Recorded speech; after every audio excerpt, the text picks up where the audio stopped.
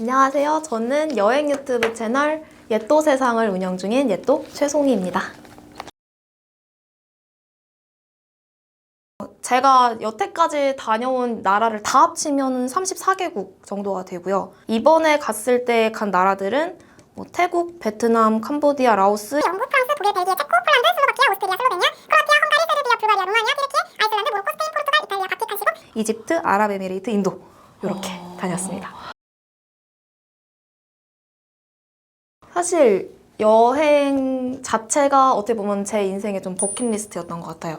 그런데 헬스 트레이너 생활을 한 1년 반 정도 하던 와중에 조금 뭐랄까 K 직장인들의 현타가 오잖아요. 뭔가 통장에 돈은 쌓이고 있고 나는 잘 해나가고 있는 것 같은데 이게 진짜로 내가 원하는 일이 맞나? 이런 고민을 좀 하다가 안 되겠다. 지금 아니면 내가 고민하다가는 더 늦어지겠다 생각을 하고 지금이다 하고 그냥 딱 결단을 내리고 사직서를 딱 내면서 해외여행을 준비를 하기 시작했죠. 그걸 굳이 꼽자면 사실은 저는 태국이 너무 좋았고요. 일단은 물가가 너무 착하고요.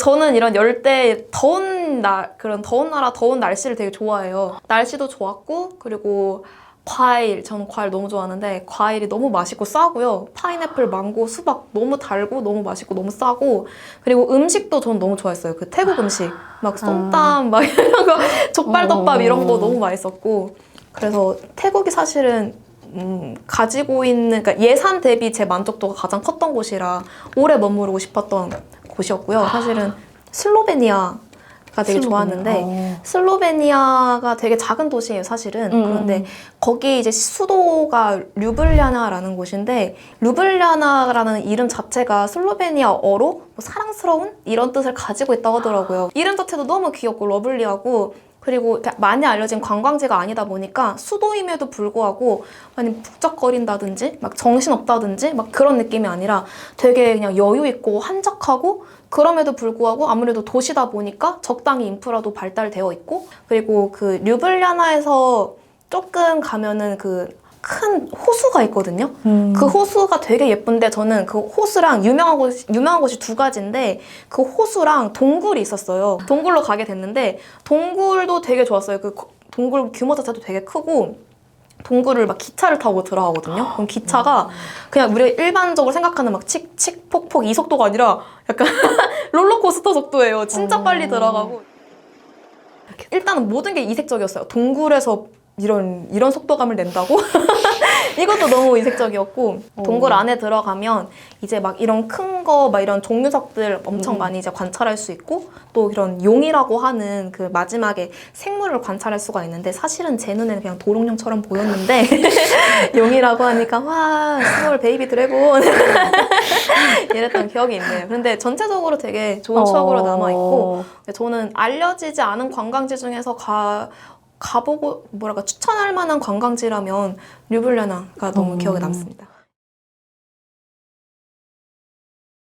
일단은 저는 혼자 가는 여행이 외롭지 않다고 생각하는 이유가, 혼자 간다는 건 사실 아무도 함께 하지 않는다는 뜻이면서 아무나 함께 할 수 있다는 뜻이기도 하거든요. 사실 내가 동행이 있으면 동행과 함께 의견을 같이 맞춰가야 되는 부분이 많은데, 내가 혼자 있다는 거는 나의 의견에 따라서 모든 걸 결정할 수 있다는 뜻이기도 하니까, 저는 일단은 게스트하우스를 이용을 하시면서 친구를 사귀어서 같이 여행을 하는 걸 일단 추천을 드리고 싶어요. 물론 그러면서도 반면에 조금 현실적으로 드리고 싶은 팁은, 특히 여성 여행자들에게 하고 싶은 얘기는 거절하는 법을 어려워하지 않았으면 좋겠어요. 그래서 누군가가 당연히 같이 다니자라든지 같이 뭘 하자라든지 여러 가지 요구들이 있을 텐데, 그것에 앞서서 그 개인적인 촉이 있잖아요. 그거를 꼭 믿으셨으면 좋겠고, 그리고 누군가가 뭔가 접근을 해왔을 때 이거를 정색하면서 거절하는 거를 어려워하지 않았으면 좋겠어요. 네, 그게 어떻게 보면 또 나를 보호할 수 있는 방법이다 보니까.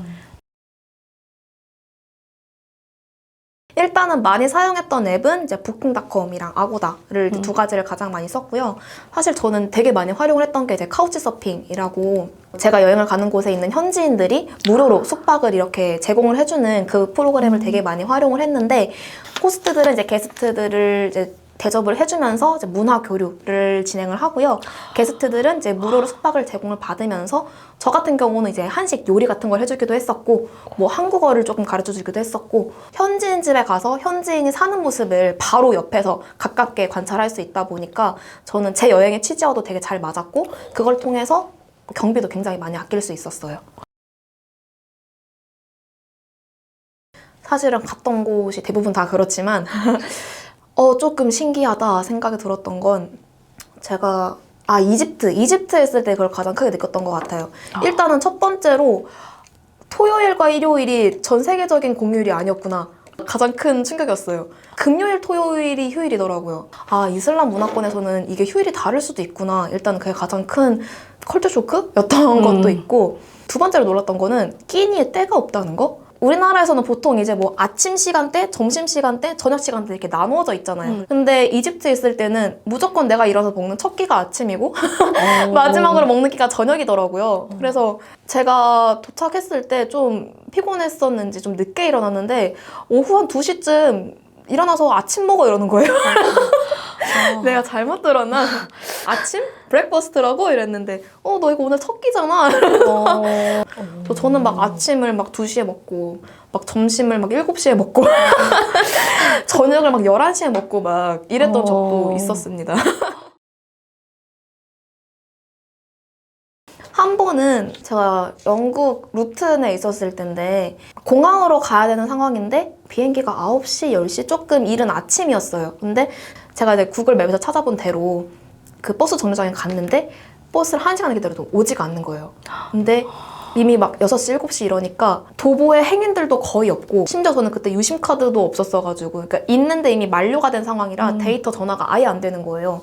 어떻게 해야 되나 하다가 안 되겠다. 마지막 남은 방법이 히치하이킹인 거예요. 그래가지고 무작정 이제 이렇게 하면서 차들을 멈춰 세우려고 막 했는데 사실 차들 다 웬만하면 가버리니까 절망을 하고 있다가 진짜 기적적으로 한 차가 멈춰서는 거예요, 제 앞에. 그래서 어디 가니? 이러길래 나 지금 공항 빨리 가야 되는데 혹시 태워줄 수 있을까? 하니까 타! 바로 이래가지고 그 차를 타가지고 진짜 체크인 마감 한 10분을 남겨놓고 이렇게 체크인을 했던 경험이 있거든요. 그래서 참 그 당시에는 그 차를 타고 그 모든 게 해결이 되기 전까지는 막 똥줄이 너무 타가지고 막 엄청 막 긴장되고 막 이러는데 뭔가 이런 도전과 모험을 하면 그 뒤에 따라오는 이 성취감 때문에 그래서 제가 피를 벗어나지 못하는 것일 수도.